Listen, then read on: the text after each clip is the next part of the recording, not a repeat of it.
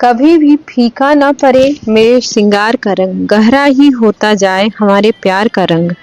माता पार्वती से बस एक ही अरदास, पैरों में बिछिया हो और हो माथे पे बिंदिया, सिंदूर से सदा मांग भरी रहे, हरी चूड़ियों से हाथ बना रहे पिया का साथ। हड़तालिका तीज पर मांगती हूँ माँ पार्वती और भगवान भोलेनाथ से यही आशीर्वाद।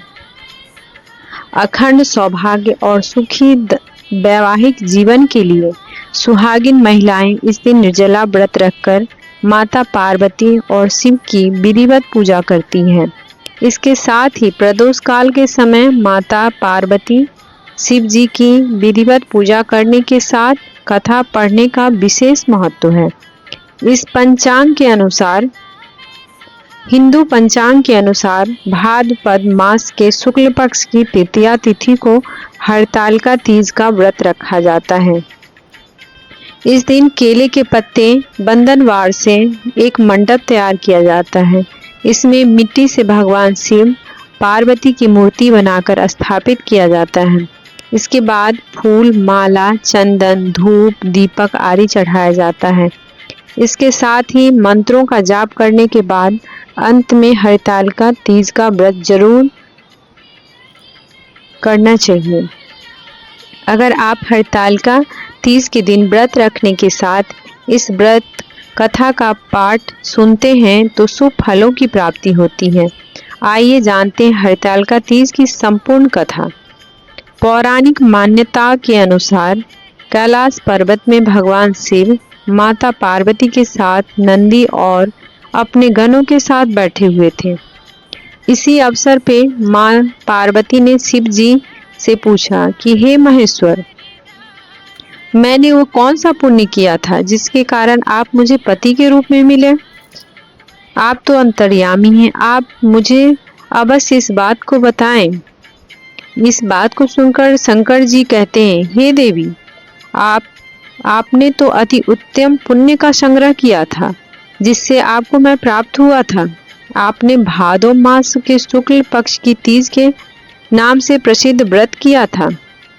शिवजी ने कहा, हे गौरी, पर्वतराज हिमालय पर स्थित गंगा के तट पर तुमने अपनी बाल्यावस्था में 12 वर्षों तक अधोमुखी होकर घोर तप किया था। इतनी अवधि तुमने अन्न न खाकर पेड़ के सूखे पत्ते चबाकर व्यतीत किए। माँ की विकराल शीतलता में तुमने निरंतर जल में प्रवेश करके तप किया। बैसाख की जला देने वाली गर्मी में तुमने पंचाग्नि से शरीर को तपाया।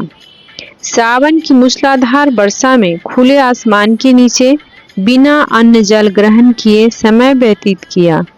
तुम्हारे पिता तुम्हारी कठोर तपस्या को देखकर बड़े दुखी होते थे। तब एक दिन तुम्हारी तपस्या को देखकर नारद जी तुम्हारे घर पधारे। तुम्हारे पिता ने हृदय से अतिथि का सत्कार करके उनके आने का कारण पूछा। नारद जी ने कहा, गिरिराज, मैं भगवान विष्णु के भेजने पर यहाँ उपस्थित हुआ हूँ। आपकी कन्या ने बड़ा कठोर तप किया है। इससे प्रसन्न होकर वे आपकी पुत्री से विवाह करना चाहते हैं।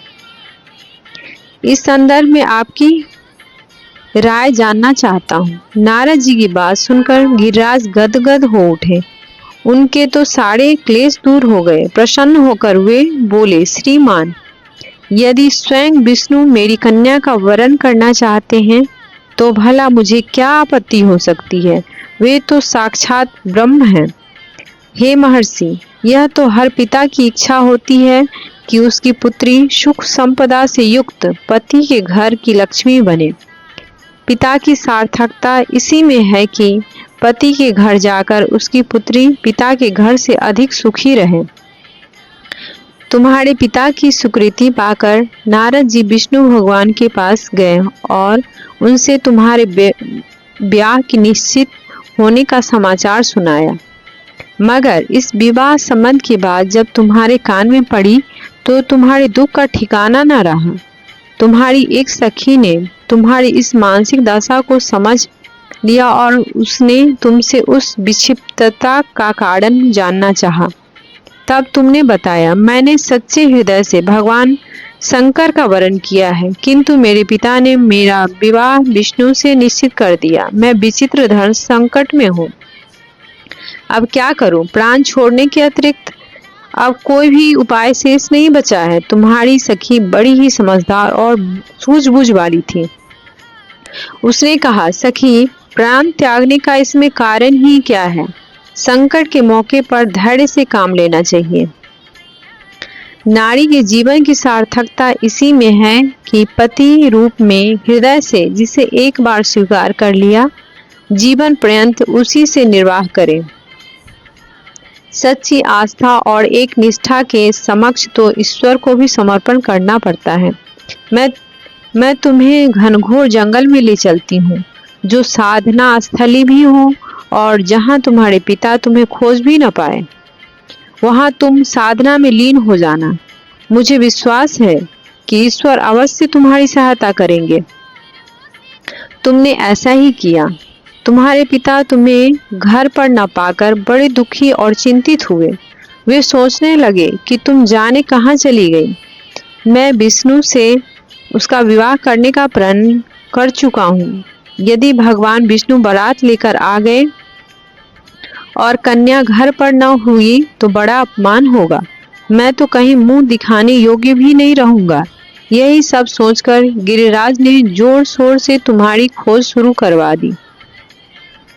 इधर तुम्हारी खोज होती रही और उधर तुम अपनी सखी के साथ नदी के तट पर एक गुफा में मेरी साधना में लीन थी। भाद्रपद शुक्ल तृतीया को हस्त नक्षत्र था। उस दिन तुमने रेत के शिवलिंग का निर्माण करके व्रत किया। रात भर मेरी स्तुति की गीत गाकर जागी। तुम्हारी इस कष्ट साध्य तपस्या के प्रभाव से मेरा आसन डोलने लगा। मेरी समाधि टूट गई। मैं तुरंत तुम्हारे समक्ष जा पहुंचा और तुम्हारी तपस्या से प्रसन्न होकर तुमसे वर मांगने के लिए कहा। तब अपनी तपस्या के फलस्वरूप मुझे अपने समक्ष पाकर तुमने कहा, मैं हृदय से आपको पति के रूप में वरण कर चुकी हूँ।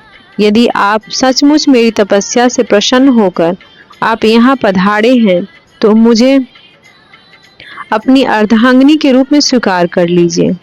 तब मैं तथास्तु कहकर कैलाश पर्वत पर लौट आया।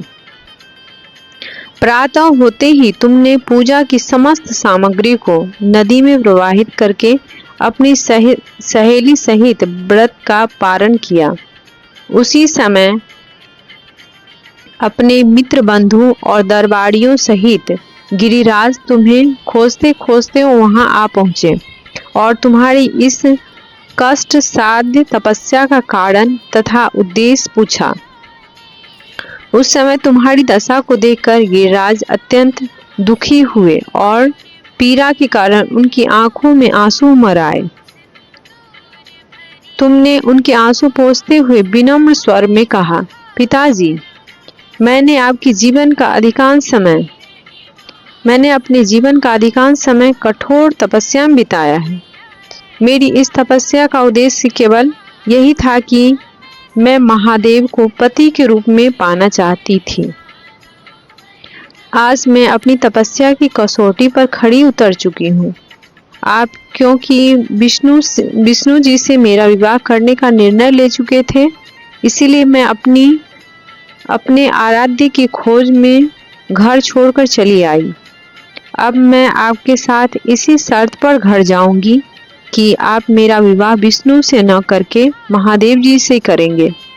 गिरिराज मान गया और तुम्हें घर ले आए। कुछ समय पश्चात शास्त्रोक्त विधि विधान पूर्वक उन्होंने हम दोनों को विवाह सूत्र में बांध दिया।